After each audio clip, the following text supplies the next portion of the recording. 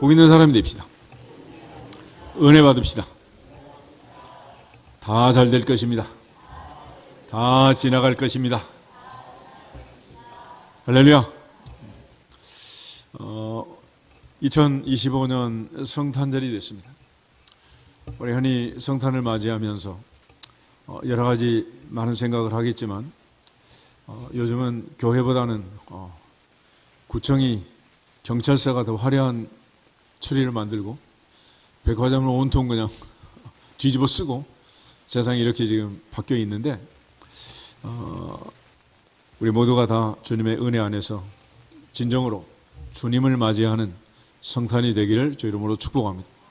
2000년 전에 주님 오셨을 때도 온 세상은 소란하고 그야말로 풍족한 삶을 살았지만 주님은 태어나면서부터 태어날 자리가 없어서 말 구유에 태어나신 그 서글픔을 우리가 알고 있습니다. 세상이 이처럼 요란하고 모두 다 들떠있지만 진정으로 주님을 모시는 심령이 가난한 자, 마음이 온유한 자, 화평하게 하는 자, 의에 주리고 목마른 자가 없는 이 세대에서 우리 모두 주님을 영접하고 주님을 모실 수 있는 진정한 마음을 열고 주님 우리 안에 모시는 바울처럼 내가 죽고 내 안에 그리스도께 사는 진정한 그리스도인의 삶을 살아낼 수 있도록 주님의 이름으로 축복합니다. 그리고 성탄은 우리가 기적이라고 합니다. 기적. 예수님의 일생 자체가 동정녀 탄생도 기적이고 예수님의 죽으심과 부활도 기적이고 승천과 재림도 기적이고 그리스도인은 기적을 믿는 사람이고 기독교는 기적을 증거하는 종교입니다. 역사의 주인이신 주님이 태어나면서 역사가 이제 새로 출발합니다. 그래서 예수님 탄생 이전을 가리켜 BC, Before Christ, 주님 이전으로 얘기하고 주님이 태어나신 이후 새로운 역사를 AD, 라틴어로 아노 도미니라고 하는데 주후, Afterload, 주님 이후의 역사와 주님 이전의 역사, 예수님이 탄생하기 이전과 이후가 달라지게 된 것입니다. 바울은 이걸 한 사람 한 사람 우리 자신에게 적용해서 누구든지 그리스도 예수 안에 있으면 새로운 피조물이라. 보라 이전 것은 지나갔으니 새 것이 되었도다. 새 것이 되었도다. 사울이 바울 된 것처럼 옛사람을 벗어버리고 새사람을 입을지어다. 어둠의 일을 벗고 빛의 갑옷을 입을지어다. 주님을 만나는 그 순간부터 인생이 달라지고 삶이 달라지고 우리의 모든 생활 자체가 새롭게 새 출발한다는 것을 주님의 탄생을 기점으로 BC와 AD를 나누는 역사의 전환점, 깃발을 세우면서 우리 모두가 다 그런 선포를 하고 또 선언을 하고 있습니다. 갈릴리 바다의 베드로, 주님 만나면서부터 그는 사람 낚는 어부가 되었습니다. 바리새인이었던 그 사울은 주님 만나면서 그리스도인 바울이 되었습니다.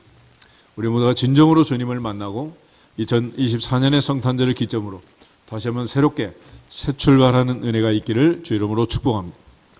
오늘 이사야 7장의 말씀을 보면 아하스 왕과 남쪽 유다의 왕 아하스와 북쪽 이스라엘 왕 베가 사이에 전쟁이 벌어지는 전쟁 상황을 기록합니다. 그런데 북쪽은 옆에 있는 아람 시리아의 왕과 더불어서 르신과 더불어서 연합전선을 펴고 남쪽 유다를 공격하게 된 것입니다. 그러나 선지자 이사야를 통해서 하나님께서 걱정하지 말라. 그들은 아무리 연합해도 두 부직갱이 같다. 결국은 다 없어질 수밖에 없다. 요즘 부직갱이로 애들이 알아들지 모르겠지만 옛날에 나무 떼고 장작 패고 그렇게 군불 떼고 아랫목을 따뜻하게 하던 그 시대. 요즘 북한은 나무가 없다 그러지. 그게 전부 다 연료가 없으니까 나무를 잘라서 추운 겨울을 보내느라고 다 없어진 거예요. 우리도 한동안 그러한 나무로 연료를 하던 시절 산림청에서 나무 베는 사람 벌금을 물리고 별짓을 다 했죠. 그렇지만 이제 연료가 바뀌니까 그 다음부터 나무 팰 일이 없는데 지금도 이제 시골 같은 데 가면 산장이나 이런 데 장작을 패잖아요. 그리고 그 장작을 집어넣기 위해서 나무 가지, 기단한 걸 가지고 집어넣는 거예요. 이게 부직갱이에요, 부직갱이. 나중에는 부직갱이도 집어넣어가지고 불에 타서 없어지는 거 아니겠어요? 그러니까 결국은 아무리 연합을 해도 아무 의미 없는 힘없는, 불에 탈 수밖에 없는 부재깽이 같으니까 염려하지 말아라. 그래서 4절을 보면 너는 삼가며 조용하라. 르신과 아람과 르말리아의 아들이 심히 노할지라도 이들은 연기 나는 두 부지깽이 그루터기에 불과하니 두려워하지 말며 낙심하지 말라. 그랬어요. 그런데도 아하스가 믿지 못하고 선지자를 믿지 못하는 거예요. 그래서 하나님께서 못 믿겠으면 징조를 구해라. 하늘에서도 땅에서도 깊은 곳에서 높은 곳 어떤 징조를 구하든지 내가 보여주겠다. 히스기야는 징조를 구하라 그럴 때 해시계가 앞으로 1시간이 빨리 가면 좋겠냐, 뒤로 1시간 돌리면 좋겠느냐 그럴 때 히스기야는 앞으로 가는 건 쉬우니까 시간을 뒤로 1시간 돌려주세요 그랬잖아. 그래서 하나님께서 1시간 돌려주셨잖아요. 하늘의 징조를 보여주신 거예요. 그런데 이 아하스는 나는 시험하지 않겠습니다. 나는 구하지 않겠습니다. 하나님을 시험하지 않겠습니다. 이런 거예요. 겉으로 된 믿음 엄청 좋은 것 같은데 이건 믿음이 좋은 게 아니라 믿음이 없는 거예요. 그래서 그는 징조를 구하지 못하고 벌벌벌 떨고 있었다.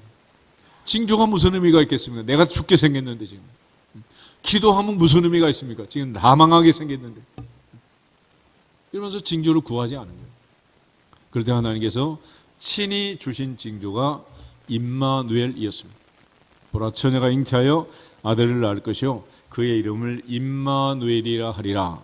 그래서 임마누엘 하나님이 우리와 함께 계신다라는 말인데 임이라는 전치사는 히브리어로 위드라면 위드.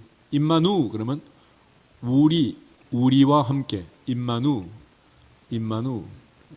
복수형으로 1인칭 복수가 되는 1인칭 복수. with us 우리와 함께.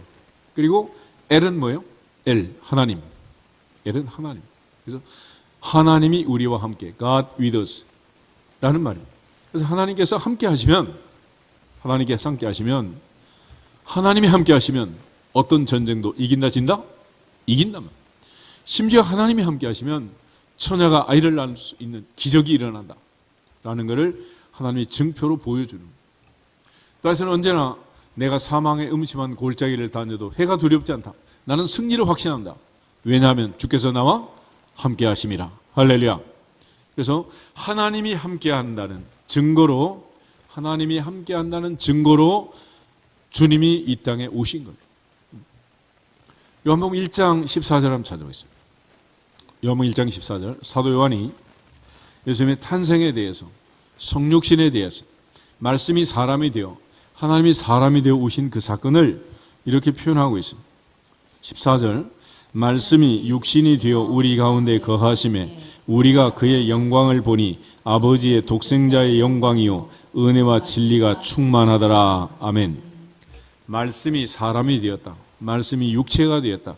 Word became flesh. 말씀이 육신이 되어 하나님의 말씀이 사람이 되어서 우리 가운데 오셨다. 그래서 우리 가운데 거하심에라는 말은 터버나클, 장막, 성막을 얘기합니다. 광야에서는 40년 동안 모세가 성막을 짓고 하나님이 우리 가운데 계신다라는 걸 보여주었습니다. 이제 2000년 전 예수님이 이 땅에 오심으로 주님은 우리 가운데 계신다라는 걸 보여주셨고 승천하시면서 이제는 내가 가는 것이 너희에게 유익이다. 내가 가면 누가 오신다? 보혜사 성령이 오신다. 그래서 너희 몸은 너희 가운데 거하시는 성령의 전인 줄 알지 못하느냐. 그래서 이제는 성령께서 우리 안에 계시고 누구의 마음이나 누구의 심령이나 영접하는 자, 곧 그들의 이름을 믿는 자들에게는 하나님의 자녀되는 권세를 주시고 그 마음 심령에 주께서 함께 하시느니라. 주께서 영으로 함께 하시느니라. 주께서 영으로 함께 계시는 놀라운 은혜를 주신 거예요. 그래서 하나님이 함께 하신다는 것. 그게 뭐냐? 뭔데? 하나님이 함께 하시면 어떠한 전쟁도 이긴다. 다윗은 골리앗을 향해 선포할 때 너는 칼과 창과 단창으로 내게 오지만 나는 내가 모욕하는 만군의 여호와의 이름으로 내게 가노라. 여호와의 이름으로 내게 가노라. 주님과 함께 한다는 거예요. 은과 금은 내게 없거니와 내게 있는 것으로 내게 주노니 곧 나사렛 예수 그리스도의 이름으로 일어나 걸을지어다. 예수의 이름, 그 이름의 권세. 그래서 그 이름을 믿는 자들, 예수 그리스도의 이름을 믿는 자들, 그들에게 하나님께서 놀라운 은혜와 권세와 복을 주시는 것입니다. 그러므로 주님이 함께 계신다, 하나님이 함께 계신다는 사실을 분명히 믿고 믿어지기를 주 이름으로 축복합니다. 요한일서 5장 13절에서 15절을 같이 한번 보겠습니다. 요한일서 5장 13절에서 15절 말씀. 내가 하나님의 아들의 이름을 믿는 너희에게 이것을 쓰는 것은 너희로 하여금 너희에게 영생이 있음을 알게 하려 하심이라. 너희를 향하여 우리가 가진 바 담대함이 이것이니 그의 뜻대로 무엇을 구하면 들으심이라.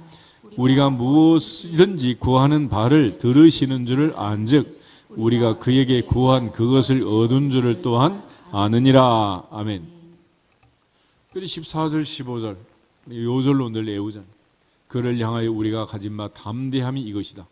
그의 뜻대로 무엇을 구하면 들으신다. 우리가 무엇을 구하든지 들으시는 그 하나님은 못 들은 척하지 않고 반드시 우리가 구한 그것을 이미 약속하신 대로 주실 줄 믿기에 우리는 이미 얻은 줄을 또한 아느니라. 할렐루야. 그런데 여기서 말하는 우리는 누구냐? 13절이죠. 13절. 내가 하나님의 아들의 이름을 믿는 너희에게 이것을 쓴다. 하나님의 아들을 믿지 않는 자들에게는 이 말이 관계가 있다 없다? 없다는 거예요. 그래서 말씀은 믿는 자 속에 역사하느니라. 믿는 자 속에 역사하느니라. 하나님의 아들 예수 그리스도를 믿고 자녀의 권세를 얻고 성탄의 아침 믿어지는 복이 있기를 주 이름으로 축복합니다. 결국 하나님이 함께 하시고 그 아들의 이름을 우리에게 주셨던 예수님 마지막 밤 그의 이름을 우리에게 위임했습니다. 지금까지는 너희가 내 이름으로 구하지 아니하였으나 구하라 그러면 받으리니 너희 기쁨이 충만하리라. 충만하리라. 이제는 예수님의 이름으로 기도할 수 있도록 예수님의 이름으로 선포하고 예수님의 이름으로 복을 받도록 예수님의 인감 도장을 우리에게 넘겨주신 거예요. 우리가 이름을 함부로 남에게 빌려주지 않잖아요. 대한민국은 실명제가 됐습니다. 실명제, 그죠? 실명제. 예전에는 차명제로 해가지고 숨겨놓기도 하고 남의 이름 빌리기도 하고 필리핀 같은데 캄보디아 이런 전부 남의 이름 가지고 땅도 사고 집도 사고 별짓 다. 그렇지만 지금 우리나라는 다 실명제 아니에요? 아빠고 아들도 경제 공통제다, 독립재산제다? 다 달라. 아빠 아들도 엄마하고 딸도 공동체가 아니에요. 그런데 주님은 그 이름을 우리에게 불려주시고 너는 내 것이다. 내 것은 네 것이다. 너와 나는 하나다. 그렇게 말씀하십니다. 그래서 예수님의 이름으로 이 모든 은혜와 복을 누릴 수 있도록 주님이 이 땅에 오셨고 주님을 믿는 하나님의 아들의 이름을 믿는 하나님의 자녀의 권세를 가진 자들에게는 그 이름으로 기도할 때 무엇을 구하든지 하나님이 들으시고 들으시는 하나님은 반드시 주신다. 할렐루야. 그래서 주님이 이제 처녀가 잉태하여 아들을 낳을 것이요 그의 이름을 임마누엘이라 하리라 그랬는데 이 말씀은 어디서부터 시작되는 거냐? 창세기 3장 15절을 보겠습니다. 창세기 3장 15절을 보면 아담과 하와가 하나님의 말씀을 어기고 뱀의 유혹에 빠져서 선악과를 먹는 그때 하나님이 특별히 하와에게 찾아오셔서 말씀을 주십니다. 15절 같이 보겠습니다. 내가 너로 여자와 원수가 되게 하고 내 후손도 여자의 후손과 원수가 되게 하리니 여자의 후손은 내 머리를 상하게 할 것이요 너는 그의 발꿈치를 상하게 할 것이니라 하시고. 아멘. 여기서 드디어 여자의 후손이란 말이에요. 여자의 후손. 장차 인류를 구원할 부분은 누구의 후손이다? 여자의 후손이다. 여자의 후손. 인간은 모두가 다 아버지 어머니의 대를 이어서 생육하고 번성하는 것이고 그래서 우리나라 같은 경우도 누구 성을 붙여놨어? 아빠 성을 붙여놨어. 아빠 성. 엄마 성이 아니라 아빠 성. 우리나라는 결혼해도 엄마 성 따로 있고 아빠 성 따로 있고 성을 따로 주잖아. 미국은 더 엄격하게 강압하게 여자가 시집가면 여자의 성은 없어지고 누구 성을 붙여놔? 남편의 성을 붙이는 남편의 성. 여자 성은 없어지는 거야. 몰랐어? 미국 가고 싶어? 한국 사는 게 100번 나는 거야. 미국 사람은 여자 성도 없애버려. 김 씨가 박 씨한테 시집가면 미스터 미시스 박 그러지. 박앤 김이 아니야. 한국 살았으니 다행이지 뭐. 그런데 예수님은 누구의 후손으로? 여자의 후손, 여자의 후손.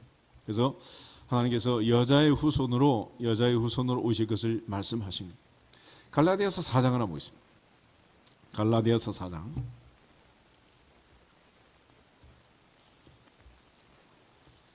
갈라디아서 4장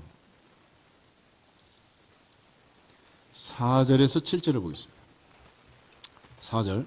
때가 참에 하나님이 그 아들을 보내사 여자에게서 나게 하시고 율법 아래 나게 하신 것은 율법 아래 있는 자들을 속량하시고 우리로 아들의 명분을 얻게 하려 하심이라. 너희가 아들임으로 하나님이 그 아들의 영을 우리 마음 가운데 보내사 아빠 아버지라 부르게 하셨느니라. 그러므로 내가 이후로는 종이 아니요 아들이니 아들이면 하나님으로 말미암아 유업을 얻을 자니라. 아멘. 여기 보면 때가 참에 하나님이 아들을 보내셨는데 누구에게서 나게 했다고? 여자에게서. 여자. 인생은 남자와 여자의 결합으로, 아빠 엄마 결합으로 태어나는 건데 예수님은 아빠 없이 여자의 후손으로, 처녀가 잉태하여 아들을 낳는 이사야 예언처럼 여자의 후손으로 이 땅에 오신 거예요. 그래서 하나님께 왜 그러면 이렇게 했느냐? 그럴 때 남자가 유혹을 받아 넘어진 게 아니고 여자가 유혹을 받아 넘어졌잖아. 그래서 하나님께서 여자에게 해산의 고통을 더하면서 그 고통 속에 아들이 태어나는 그러한 벌을 내렸지만 그게 또 복이 되는 것이고, 그런 차원에서 영적으로도 여자가 넘어진 자리에서 하나님께서 회복할 수 있는 은혜를 베풀어 주신 거예요. 그래서 여자의 후손으로 태어난 건데, 그렇기 때문에 이 넘어짐이 분명하고 또한 여자의 후손으로 예수님이 오심이 분명하기 때문에 초대교회에서는 초대교회 전통이 있어요. 디모데전서 2장을 한번 찾아보겠습니다. 디모데전서 2장 11절에서 14절. 디모데전서 2장 11절부터 15절까지 보겠습니다. 여자는 일체 순종함으로 조용히 배우라. 여자가 가르치는 것과 남자를 주관하는 것을 허락하지 아니하노니 오직 조용할지니라. 이는 아담이 먼저 지음을 받고 하와가 그 후며 아담이 속은 것이 아니고 여자가 속아 죄에 빠졌음이라. 그러나 여자들이 만일 정숙함으로써 믿음과 사랑과 거룩함에 거하면 그의 해산함으로 구원을 얻으리라. 아멘. 그리고 내가 넘어지고 집안이 이렇게 힘들어진 이유가 여자 때문이다? 남자 때문이다? 여자 때문이다. 그래서 그 여자가 먼저 그렇게 함으로써 이런 일이 생겼으니 앞으로는 늘 속아 넘어가지 않도록, 속임수에 빠지지 않도록 주의하라. 조심해라. 그렇게 해서 초대교회에서는 일체 여자는 순종하고 조용히 배워라. 여자가 가르치거나 남자를 주관하고 지배하는 것을 허락지 않는다. 왜냐하면 그렇게 하다 보면 또 에덴 동산의 사건이 또 발생한다. 물론 모든 남자가 모든 여자가 다 그런 건 아니겠지만은 그러나 원리를 보면은 그래. 원리를. 성경은 원리를 얘기합니다. 그런 차원에서 누구든지 먼저 넘어지는 자, 먼저 유혹하고 쉽게 속는 자 누구인가? 집안에 살림살이 할 때도 누가 돈 관리를 하느냐? 늘 팔랑귀가 돼가지고 아무거나 유혹하고 미혹받는 사람은 남편이든 아내든 관리하면 안 된다는 거예요. 지혜로운 사람이 해야죠. 결과적으로 이렇게 유혹을 받고 넘어진 그것 때문에 하나님께서 아예 이렇게 못을 박아놨고, 바로 고린도 교회 편지를 쓸 때는 여자는 교회에서 잠잠하라 이런 말까지 기록을 하는 거예요. 결국 그는 오늘날에 우리가 어떻게 적용하느냐는 또 다른 문제지만은 원리를 보면 창세기에서 넘어질 때 아담이 넘어진 게 아니고 하와가 뱀과 더불어서 얘기를 하면서 주거니 받거니 하면서 유혹하고 미혹하고 넘어졌기 때문에 이런 일이 이제 생기게 된 거예요. 그렇지만 하나님께서 그 여자의 체면을 세우시고 여자를 통해서 다시 인류를 구원하기 위해서 오신 그리스도는 남자의 후손이 아니고 누구의 후손? 여자의 후손으로 오셨다. 여자의 후손. 그러므로 특별히 여자는 더욱 배나 하나님께 감사할지어다. 아멘이 없어 어떡해. 그래서 하나님께서 남자보다 여자를 더 사랑하시는 거예요. 교회 안에 여자가 더 많잖아. 왜 그러겠어요? 이게 바로 놀라운 하나님의 은혜라는 은혜. 결과적으로 사도 바울은 그런 측면에서 때가 타임에 하나님이 여자의 후손으로 예수님이 오게 하셨고, 또 여자는 늘 에덴에서부터 넘어지는 그런 일이 있었기 때문에 이제는 넘어지지 않도록, 유혹과 미혹을 당하지 않도록 늘 여자는 일체 순종함으로, 정결함으로 자기의 믿음을 잘 지켜내야 한다라고 말씀하고 있는 거예요. 그런 측면에서 디모데전서 2장에서 가장 중요한 말은 15절이다. 15절. 우리 다시 한번 읽겠습니다. 그러나 여자들이 만일 정숙함으로써 믿음과 사랑과 거룩함에 거하면 그의 해산함으로 구원을 얻으리라. 아멘. 그래서 여자 이름에 정숙이가 많아. 정수가 알겠냐? 이정숙, 탁정숙, 앞에도 뭐 정숙이 두 명씩 앉았어.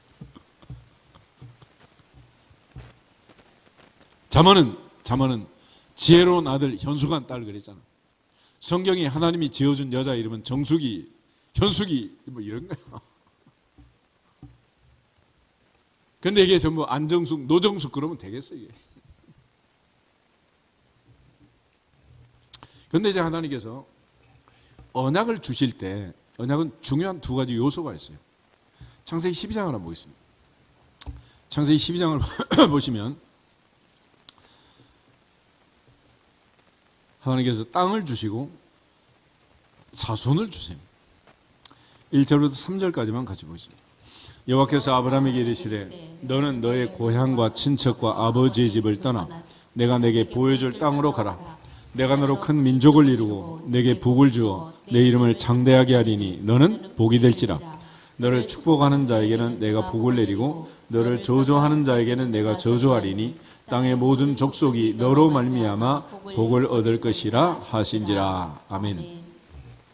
먼저는 아브라함이 살던 밧단 아람, 이라크 남부 지역에서 출발해서 하나님이 지시한 땅, 아브라함이 고향과 친척과 아버지의 집을 다 버리고 출발해서 도착한 땅, 젖과 꿀이 흐르는 가나안 땅. 이 땅을 약속의 땅이라고 해요. 그래서 언약의 땅, 프라미스 랜드. 하나님이 약속하신 땅, 언약의 땅. 그 땅을 하나님께서 약속하셨고, 이 땅을 중심으로 해서 하나님의 역사가 이루어질 것을 얘기합니다. 그래서 이스라엘 백성들은 이제 430년 종살이 하다가도 출애굽에서 가나안 땅으로 올라오고, 바벨론 포로 70년의 그 포로 생활을 하다가도 가나안 땅으로 올라오게 됩니다. 그리고 마침내 오시는 예수님은 어느 땅에서 태어나야 됐나? 가나안 땅에서 태어나. 가나안 땅에서. 그것이 성경의 약속입니다.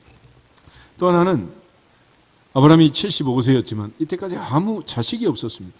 그런데 하나님께서는 그에게 큰 민족을 이루겠다. 아니, 한 명이라도 주셔야지. 한 명도 없는데 무슨 큰 민족이 되겠어요. 그런데 하나님께서는 그 아브라함에게 큰 민족을 약속하고 있고 너로 말미암아 모든 족속이 복을 얻을 것이다 그랬습니다. 그래서 이제 하나님께서는 그에게 약속하셨는데 땅을 약속하셨고 자손을 약속한 거예요. 사도행전 3장 25절 한번 찾아보겠습니다. 사도행전 3장 25절.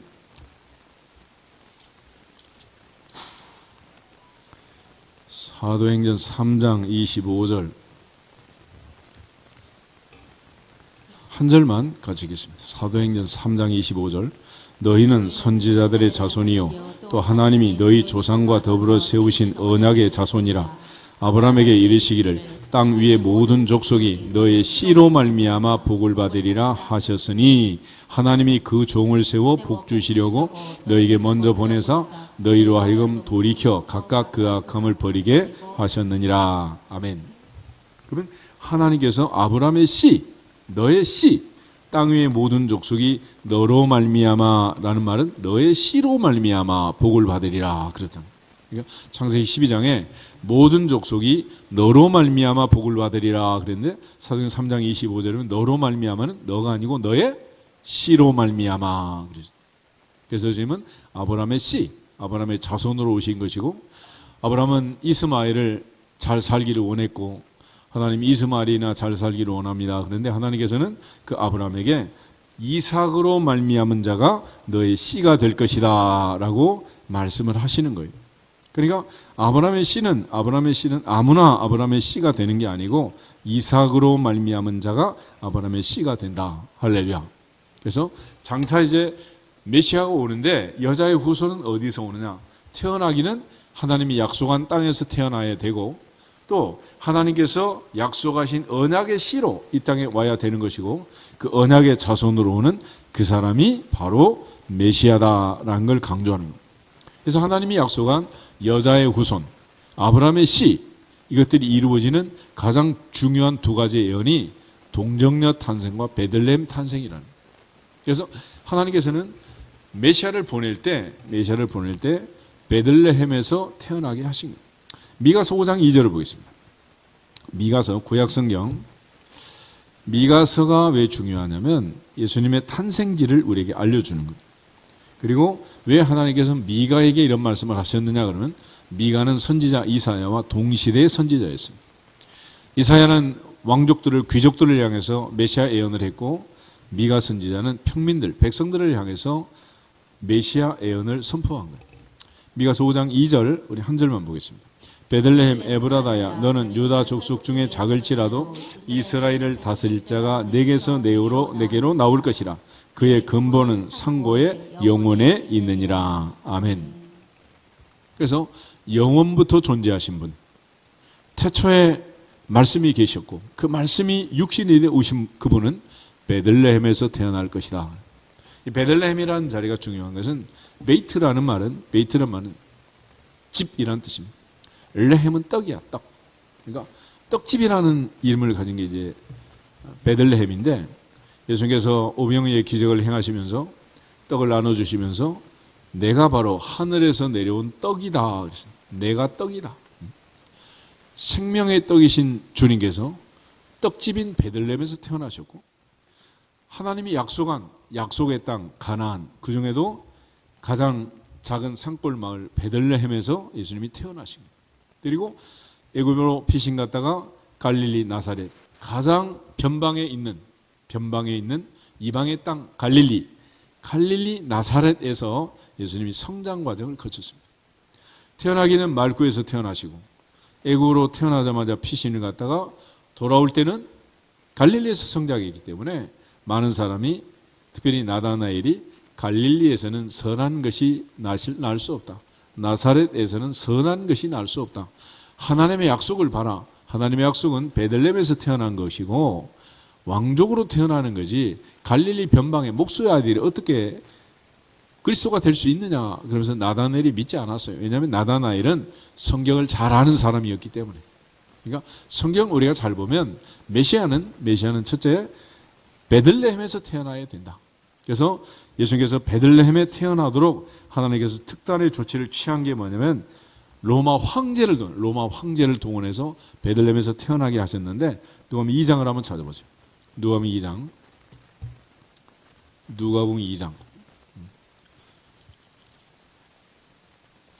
갈릴리 나사렛에 살던 예수님께서 태어나실 때 베들레헴에서 태어날 수밖에 없었던 이유가 있어요. 2장 1절부터 7절까지 우리 같이 한번 읽어보겠습니다. 그때 가이사 아구스도가 영을 내려 천하로 다 호적하라 하였으니 이 호적은 구레네와 추리아 총독이 되었을 때 처음 한 것이라.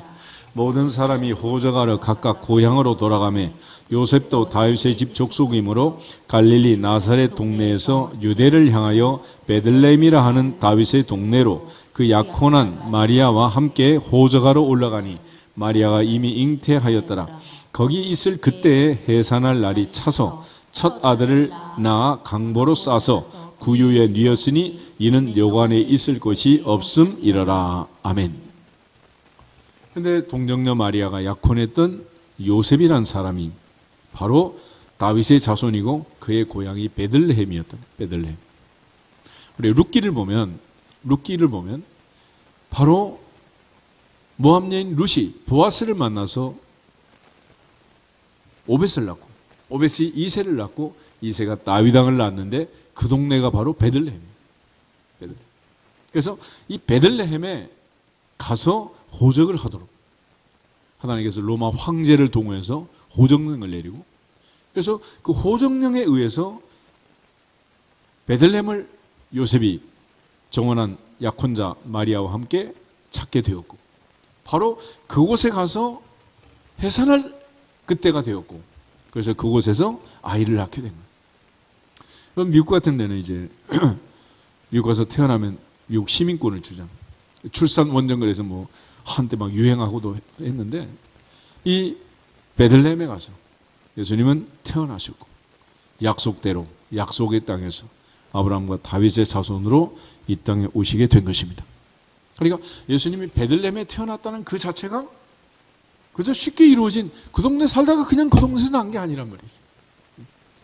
하나님께서 놀라운 역사에 개입을 하시고 심지어 당시 세계를 지배하던 로마 황제를 통해서 호정령을 내리고 그 호정령에 의해서 요즘 베들레헴 가게 되고 거기서 태어나게 된 거예요. 할렐루야. 그것이 기적이니라. 그것이 기적이니라. 이 놀라운 기적 속에 주님이 그 땅에서 태어나게 된 거예요. 그런데 아브라함이 처음 고향을 떠나서 도착했던 자리 그것이 바로 하나님께서 그를 보내신 땅, 약속의 땅, 가나안 땅이었습니다. 창세기 12장을 다시 한번 보시면 7절하고 8절 보겠습니다. 아브라함 맨 처음에 하나님께서 가라고 불렀던 땅, 도착의 땅, 도착한 땅, 그게 어디냐? 7절. 여호와께서 아브라함에게 나타나 이르시되 내가 이 땅을 내 좌선에게 주리라 하신지라. 자기에게 나타나신 여호와께 그가 그곳에서 제단을 쌓고 거기서 베델 동쪽 산으로 옮겨 장막을 치니 서쪽은 베델이요 동쪽은 아이라. 그가 그곳에서 여호와께 제단을 쌓고 여호와의 이름을 부르더라. 아멘. 바로 아브라함이 도착했던 첫 번째 도착한 자리 베델이었다. 베델. 아멘. 바로 그 베델. 이 베델에서 창세기 28장을 보면 야곱이 도망가다가 서원 기도를 하고 사닥다리 환상을 보고 하나님 앞에 서원한 자리. 이게 베델 아니겠어요? 그런데 나중에 느바세들 여러분 북쪽 10지파를 데리고 나가가지고 이 베델에다가 하나님의 집이라는 이름을 가진 이 베델에다가 금송아지를 만들어요. 금송아지를. 그런 희한한 일들이 벌어지게 되는 거예요.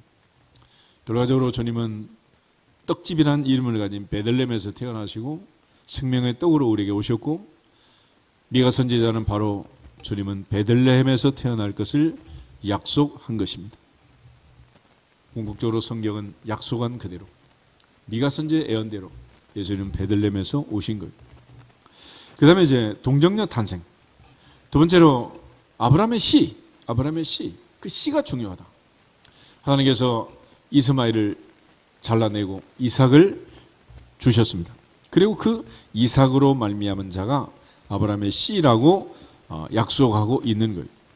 그러므로 하나님께서는 이 아브라함을 통해서 이스마엘을 먼저 주셨지만 이스마엘이 아니고 또 이삭을 통해서 쌍둥이 형제 에서와 야곱을 주었지만 에서가 아닌 야곱을 통해서 하나님께서 대를 이어 주님을 이 땅에 보내시고 궁극적으로 주님이 우리 가운데 오신 그날 요셉은 고향을 찾았고 마리아는 언약의 땅 베들레헴에서 동정녀 마리아를 통해서 예수님이 태어나게 된 것입니다. 그래서 누가복음 2장 11절에 가면 다윗의 동네에 구주가 나셨으니 곧 그리스도 주시니라. 다윗의 동네 베들레헴에서 예수님이 태어나게 되었다라는 것입니다. 그리고 천군 천사는 지극히 높은 곳에서 하나님께 영광이요 땅에서는 기뻐하심을 입은 사람들 중에 평화라고 얘기했는데 바로 그러한 동정녀 탄생.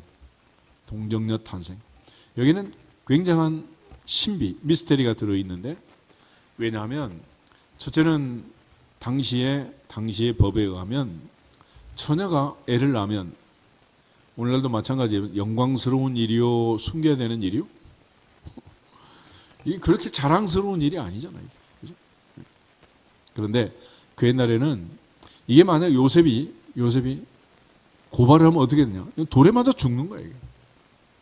그러니까 이 동정녀 탄생을 위해서는 첫째는 요셉의 믿음이 중요해요. 모세의 믿음. 마리아의 믿음도 중요하지만 요셉의 믿음이 있어야 한다. 우리 마태복음 1장을 한번 찾아보겠습니다. 마태복음 1장을 보면 예수님의 족보가 나오고 그 다음에 바로 요셉 이야기가 나옵니다. 요셉은 그 이상 다른 이야기가 없어. 요셉의 믿음은 이걸로 끝이 난 것입니다. 18절부터 25절을 보면 요셉의 믿음이 얼마나 컸는가 하는 것을 보여주는데 한 절씩 교독하겠습니다. 예수 그리스도의 나심은 이러하니라. 그의 어머니 마리아가 요셉과 약혼하고 동거하기 전에 성령으로 잉태되는 것이 나타났더니 그의 남편 요셉은 의로운 사람이라. 그를 드러내지 아니하고 가만히 끊고자 하려. 이를 생각할 때 주의 사자가 현몽하여 이르되 다윗의 자손 요셉아 내 아내 마리아 데려오기를 무서워하지 말라. 그에게 잉태된 자는 성령으로 된 것이라. 아들을 낳으리니 이름을 예수라 하라. 이는 그가 자기 백성을 그들의 죄에서 구원할 자이심이라 하니라. 이 모든 일이 된 것은 주께서 선지자로 하신 말씀을 이루려 하심이니 이르시되 보라 처녀가 잉태하여 아들을 낳을 것이요 그의 이름은 임마누엘이라 하리라 하셨으니 이를 번역한즉 하나님이 우리와 함께 계시다 함이라. 요셉이 잠에서 깨어 일어나 주의 사자의 분부대로 행하여 그의 아내를 데려왔으나 아들을 낳기까지 동침하지 아니하더니 나옴의 이름을 예수라 하니라. 아멘. 세상에 이런 남자가 있겠어 없겠어? 있겠어 없겠어. 그래서 요셉은 의로운 사람이라. 요셉은 의로운 사람, righteous man이라. 그는 진실로 하나님의 언약을 믿었고 천사의 전해준 말을 믿었고 그는 믿음으로 아내를 보호했고 예수님 태어나기까지 동침하지 않고 안전하게 방패막이가 되어서 예수님이 태어나게 된 거예요. 만약 요셉이 난리쳤으면 예수님이 어떻게 태어날 수가 있겠어요?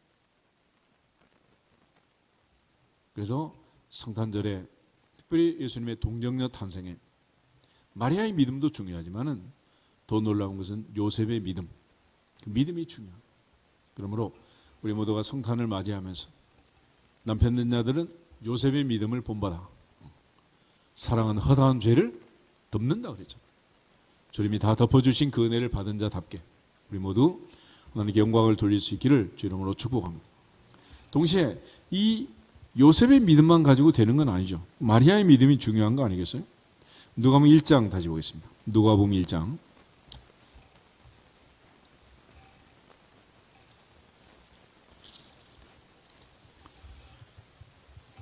누가복음 1장 30절에서 38절까지 한 절씩 교독하겠습니다. 천사가 이르되 마리아여 무서워하지 말라. 내가 하나님께 은혜를 입었느니라. 보라 내가 잉태하여 아들을 낳으리니 그 이름을 예수라 하라. 그가 큰 자가 되고 지극히 높으신 이의 아들이라 일컬어질 것이요 주 하나님께서 그 조상 다윗의 왕위를 그에게 주시리니 영원히 야곱의 집을 왕으로 다스릴 것이며 그 나라가 무궁하리라. 마리아가 천사에게 말하되 나는 남자를 알지 못하니 어찌 이 일이 있으리이까. 천사가 대답하여 이르되 성령이 내게 임하시고 지극히 높으신 이의 능력이 너를 덮으시리니 이러므로 나실 바 거룩한 이는 하나님의 아들이라 일컬어지리라. 보라 내 친족 엘리사벳도 늙어서 아들을 배었느니라. 본래 임신하지 못한다고 알려진 이가 이미 6달이 되었나니 대저 하나님의 모든 말씀은 능하지 못하심이 없느니라. 마리아가 이르되 주의 여종이오니 말씀대로 내게 이루어지이다 하매 천사가 떠나가니라. 아멘. 마리아는 하나님의 능력을 믿었고 말씀의 능력을 믿었고 그 말씀이 내게 이루어지기를 소원했고 드디어 마리아를 통해서 주님이 태어나게 된 줄 믿습니다. 그래서 이 장면에서 요셉의 믿음과 더불어 마리아의 믿음, 이 믿음이 합쳐져서 예수님의 동정녀 탄생이 이루어지게 된 것입니다. 선지자 이사야는 예수님 모시기 700년 전에 아스의 전쟁바당에서 보라 처녀가 잉태하며 아들을 낳을 것이고 그 이름을 임마누엘이라 하리라 했는데 아스는 하나님께서 함께하지만은 전쟁 상황에서 벌벌 떨고 있었고 믿음이 없었다. 그때 하나님께서 친히 주신 징조가 바로 하나님이 함께 하시면 전쟁도 이기고 하나님이 함께 하시면 동정녀 마리아를 통해서 예수님이 탄생하시고 하나님이 함께 하시면 기적이 일어나느니라. 그래서 기적의 모든 배경, 기적의 힘은 어디 있느냐? 주께서 나와 함께 하심이라. 함께 하심이라. 주님께서 우리에게 약속하신 말씀은 올지어다 내가 세상 끝날까지 너희와 항상 함께 있으리라. 함께 있으리라. 이 말을 믿는 자들은 기적의 주인공이 될지어다. 기적의 주인공이 될 수 있느니라. 기적의 주인공이니라. 할렐루야. 그래서 임마누엘을 통해서 하나님께서 기적을 성취하는 겁니다. 2024년의 성탄절, 주님의 약속의 말씀을 믿고 우리 모두가 다 성탄의 기적을 믿고 기적의 주인공이 될 수 있기를 주님의 이름으로 축복합니다. 하나님께서 말씀대로 사라를 돌보시고 말씀대로 행하셨다. 하나님의 말씀은 능치 못하심이 없다. 그 말씀의 능력을 믿었던 마리아처럼 우리 모두가 다 2024년 성탄절 믿음 있는 사람이 되고 주님께서 우리를 찾아오시는 기적 같은 성탄의 놀라운 의미를 다시 한번 마음에 새기고 예수님께서 베들레헴에 탄생하시고 특별히 동정녀 마리아를 통해서 탄생하신 것은 아브라함의 언약을 이루신, 그래서 예수님은 혈통적으로는 다윗의 자손에서 태어나셨고 성결의 영으로는 하나님의 아들로 선포되셨고, 그래서 마태는 아브라함과 다윗의 자손 예수 그리스도의 세계를 선포했고 마가는 하나님의 아들 예수 그리스도를 선포한, 아브라함과 다윗의 자손 예수 그리스도, 하나님의 아들 예수 그리스도. 그분은 오늘 우리의 구주가 되셨고 주님이 탄생할 때 베들레헴에서 그리고 여자의 후손으로 오신 것입니다. 그러므로 그 어떤 2단이 3단이 4단이 날뛰고 난리를 쳐도 대한민국 코리아에서 태어난 사람은 문선명이고 박태선이고 이만이고 메시아 될 수 있다 없다? 있다 없다. 어떻게 되겠어 어떻게 그게. 그런데도 요즘 대학 가고 어디고 들어가가지고 백마 타고 사진 찍어놓고 지가 뭐 계시록에 백마 탄 죄림주나 되는 것처럼 이 난리를 치고 사기를 치고 있다. 성경은 우리에게 약속하시고 약속하면 반드시 이루신다. 할렐루야. 그러므로 하나님의 보좌 앞에서 오직 예수 그 예수님이 우리의 구주가 되심을 믿고 주님께서 이 땅에 오실 때 하나님이 약속하신 그 약속대로 동정녀 마리아를 통해서 여자의 후손으로 이 땅에 오셨고 주님은 약속의 땅, 언약의 땅, 가나안 땅 그중에 베들레헴에서 태어나셨고 오늘 우리 가운데 오신 그 주님 아브라함과 다윗의 자손 다윗의 동네 베들레헴에서 오신 그 예수만이 우리의 구주인 것을 성경은 선포하고 있고 그런 차원에서 마태는 아브라함과 다윗의 자손 예수 그리스도, 마가는 하나님의 아들 예수 그리스도를 선포하고 있는 것. 우리 모두가 다 하나님의 보좌 앞에서 다시 한번 나를 사랑하시고 나를 찾아오신 그 주님 하나님의 아들 예수 그리스도 복음을 통해서 우리 모두 구원받고 하나님께 영광을 돌릴 수 있기를 주 이름으로 축복합니다. 이제 주님이 탄생함으로 역사의 BC와 AD가 나뉘게 된 것처럼 2024년의 성탄절을 기점으로 해서 다시 한번 내 인생의 BC와 AD가 갈라지는 그리스도 안에서 새 사람 되는 은혜가 있기를 주님의 이름으로 축복합니다. 다 같이 주 예수 그리스도의 이름으로 승리할지어다 한번 선포하고 기도하겠습니다. 주 예수 그리스도의 이름으로 승리할지어다 승리할지어다 승리할지어다